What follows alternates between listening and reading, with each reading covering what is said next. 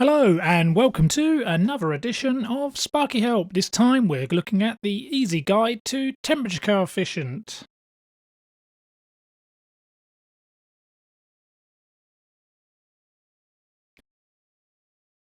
So let's take a look at a couple of lamps. Here we can see a tungsten lamp, a traditional old style lamp now, but still probably used in many places. So let's have a look if we connect this up to an ohm meter and measure its resistance.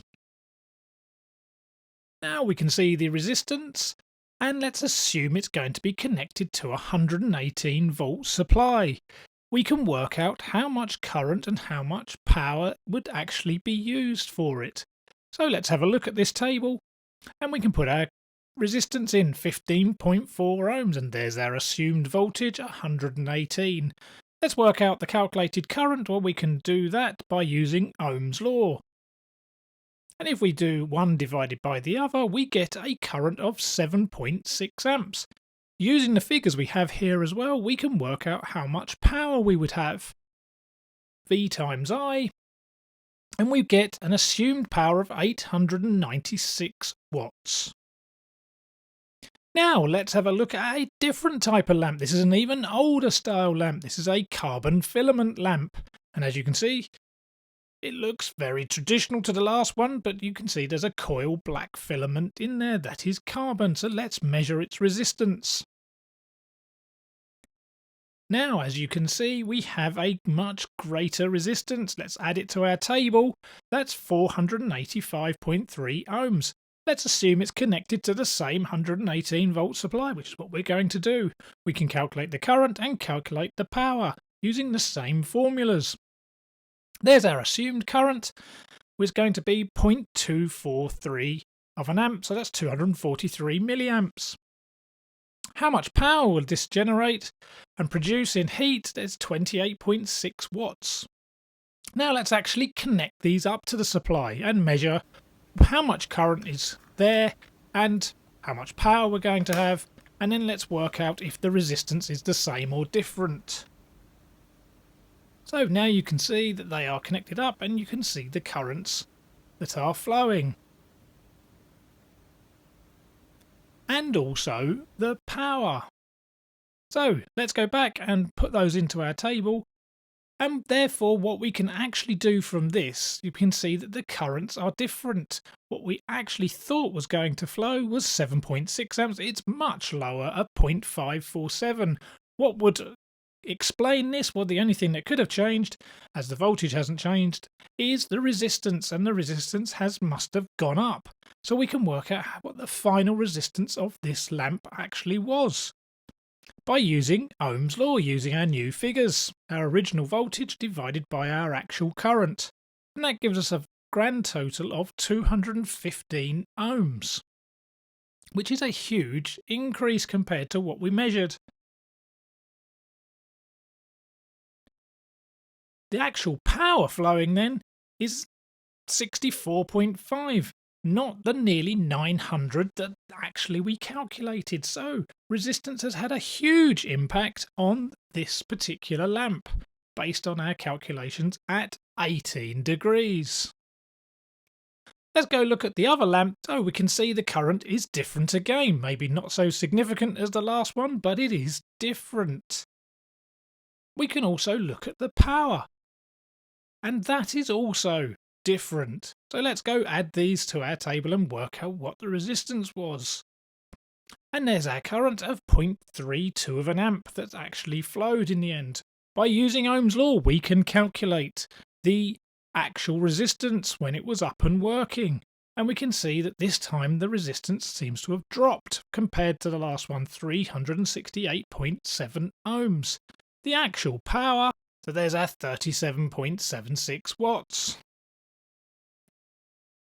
So what's actually happened then? Well, in lamp 1 the resistance has changed and it's gone up by 199.6, so nigh on 200 ohms. That's quite a difference. Lamp 2, the resistance has also changed, maybe not by as much, but it's dropped the opposite direction. So this one, when up and working, has dropped by just over 100 ohms, 116.6 ohms. How do we explain this, and why is it such a phenomenon? Well, they fall into two different categories. You could have something that has a positive temperature coefficient. Something that has a positive temperature coefficient is a material that, when heated, its resistance will increase. This is the electrical resistance, and it would go up in a straight line in most cases. Because it goes up in a straight line, or where it does go up in a straight line, it's relatively easy to calculate what the final temperature might be or the final resistance might be if you know a figure by how much it will change for every degree C. And that is alpha that you see at the top of the screen here, the temperature coefficient, which is based on the resistance change per degree C. And I've got some examples here then of things that have a positive temperature coefficient. Well, one of them, obviously our most usual one, is copper, and these are based at 20 degrees C for a given type of copper. If you have a different grade of copper, whether it's annealed copper or pure copper or any other type of copper, then these values may well differ, and all other materials will differ as well. So just make sure, if you are going to calculate these, you've got the correct information available. So here we've got copper changes in resistance for every degree C of 0.0039, which is not significant, but it can make a difference overall. Let's have a look at some others then. Here's aluminium, here is silver, and here is tungsten. Tungsten is what was in the lamp that we had just a moment ago. And those are things that have a positive temperature coefficient. This one here, on the other hand, this one has a negative temperature coefficient, which was the second lamp that we had. When that one went up, the resistance actually dropped when it got hot. So therefore these things have a negative temperature coefficient. And here are some materials that have a negative temperature coefficient. Carbon, for instance, which is what the lamp was made of. But here's another one that you would have heard of, which is silicon. Silicon is used in electronic devices, and electronic devices do not like heat. If you heat them up and go beyond their capability, you'll effectively destroy them. They'll go into something called thermal runaway and then kaput and stop working. Let's have a look where you might see symbols for these, and obviously you can buy devices in fridge freezers, in ovens and things like that. That's where they can get used to measure temperatures, because you know what happens to its resistance. So you could have a device that has a positive temperature coefficient, and it's known as a PTC, and there's the symbol for it. It's a normal rectangle, but it's got this line with like a tick through it almost, and it's got a positive T, and that means that the temperature, as temperature goes up, its resistance will also go up with it. Therefore, you can also get an NTC, a negative temperature coefficient. Again, you've got the same symbol, but this time it has a minus T against it. But as always, the best way to find out and use this theory is apply it. And obviously, principles wouldn't be principles if it didn't have a formula. So here's a formula. So what do all these letters mean? Well, RT is the final resistance in ohms, as in total resistance.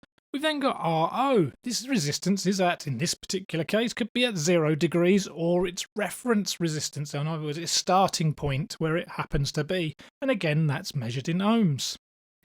Alpha is what we were just looking at. It's its temperature coefficient of resistance. The ohms change per degree Celsius, and that depends on the type of material. Remember, that can be positive or negative. And then T is the change in temperature from a given starting point, and that is in degrees C. So let's apply this to a calculation, because that's where you get to use it and see how it could be used. So here's a question: a copper conductor at 0 degrees C, resistance of 1.95 ohms, temperature increased by 45 degrees, what will its final resistance be? So therefore we've got it's a copper. We'll take the temperature coefficient from the previous screen, which was 0.0038, and let's apply our formula. There's our formula. It's a straightforward case. Extract the numbers from the question, put them in the correct location, and we get this. So there's our 1.95, which is our starting resistance. The 1 is 1.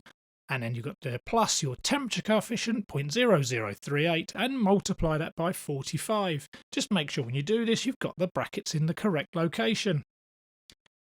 And if we apply that and do the bit in brackets, you end up with 1.95 times 1.171.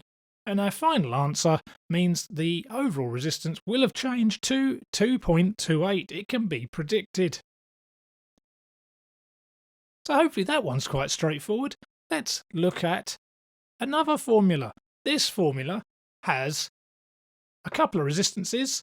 In fact, it's got double of everything, as we can see on here. So let's look at what they all mean. R1 is your start resistance, whatever that happens to be in ohms. R2 is your finish resistance in ohms. Alpha is our coefficient of material, so that's going to be copper or aluminium. Remember, it's a positive or a negative, so that's a fixed figure for any given thing. And then T1 is your start temperature in degrees C, and T2 is your finish temperature. So this formula needs rearranging to make it work, and we can find any of those things. Obviously, one you wouldn't need to find, but one of the others you would, maybe. So let's have a look at an example. A copper winding of a machine had a resistance of 32 ohms at 22 degrees, my apologies. And after a period of time, after running, it is heated up to 82 degrees C. What's the final resistance of the machine winding? Well, we've got our formula. We need to rearrange it because what we're trying to find is R2. So we need to transpose it. So let's get rid of the 1 plus alpha T2 and put it over to the other side. And we get this. But because they've got a plus in there, we put them in brackets. And then we put the R2 back over the other side. And then we can get the 1 plus alpha T1, all of that together, and move it back over. And what you end up with is this. So let's rewrite this as the right way round, how we're used to it. R2 is equal to R1 divided by the 1 plus alpha T2 divided by 1 plus alpha T1. What do we need to do now? Let's look at the figures. R2 from our question and R2 is what we're trying to get. R1 we're given is 32. R2 is our unknown. Alpha we'll take as copper from the previous screens. And T1 is 22 degrees C. T2 is 82 degrees C, and we can put those figures in. They look very complex, but they're just full of zeros on here. So we just need to make sure we do the bits in brackets first. And there we go. And then divide. And then multiply. And what we end up with is 38.61 ohms. So our final coil winding goes up to 38.61 ohms. Let's look at a slightly more complex one, and let's calculate the final temperature of that lamp. Here's the information that we had at the very beginning, and we need to apply our formula. There's the formula we're going to use. Let's see what information we can extract. So there's our R1 is 15.4. R2, we know what the final resistance is. It's 215. We got there by calculation from Ohm's law. Alpha we'll take from the beginning. So there's our alpha.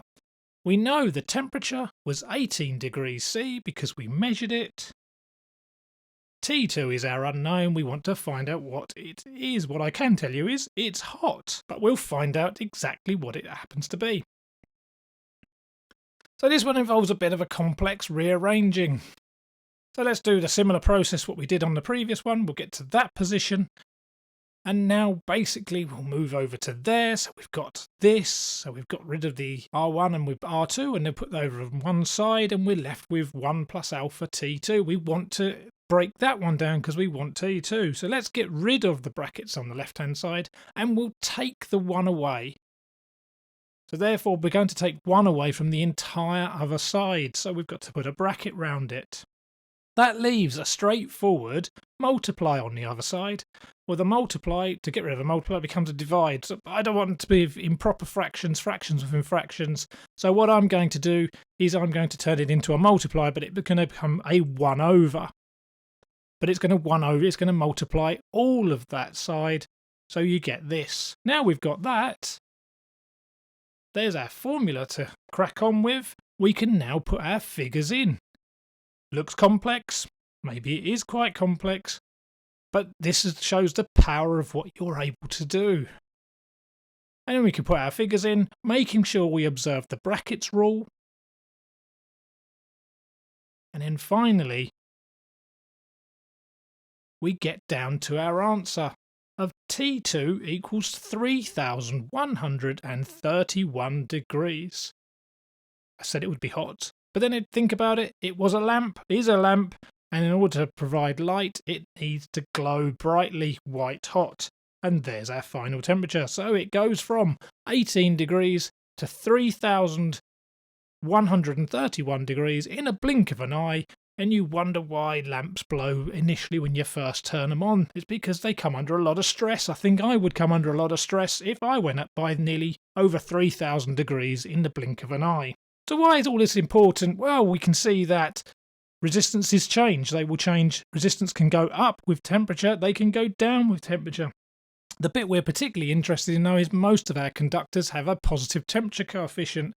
So here is the maximum ZS values taken from the on-site guide, the IET on-site guide. And you can see on here then you've got the different breakers and their maximum ZS's, their maximum earth fault loop impedance measured in ohms that is acceptable to meet their disconnection times. And now we've got another one for the same type of breakers, and we'll just look at B, so the bottom line on the top one, and they obviously just look on this particular one here. This one, by the way, this one comes from the wiring regulations, the 18th edition.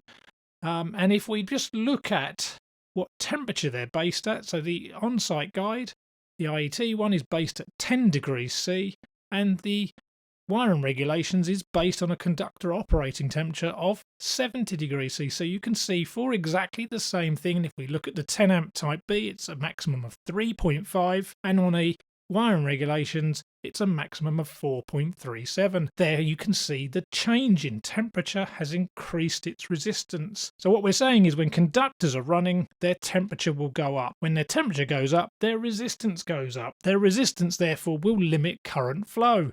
If it limits current flow too much, not enough fault current will disconnect your device and take it off in the given time that it's required, whether it be 0.4 or 5 seconds or whatever else it happens to be. So from your testing point of view, if you're testing on site and you're measuring ZS and the conductors are cold, it's better to compare them with the on-site guide than anything else. It's going to be closer, but even then that may need changing because it's based at 10.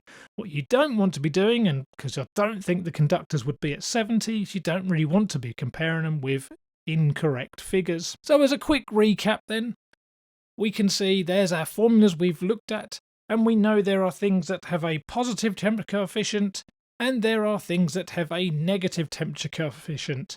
So I hope this has been useful as a quick revision, or whatever it happens to be, but is useful in your career. Thank you very much.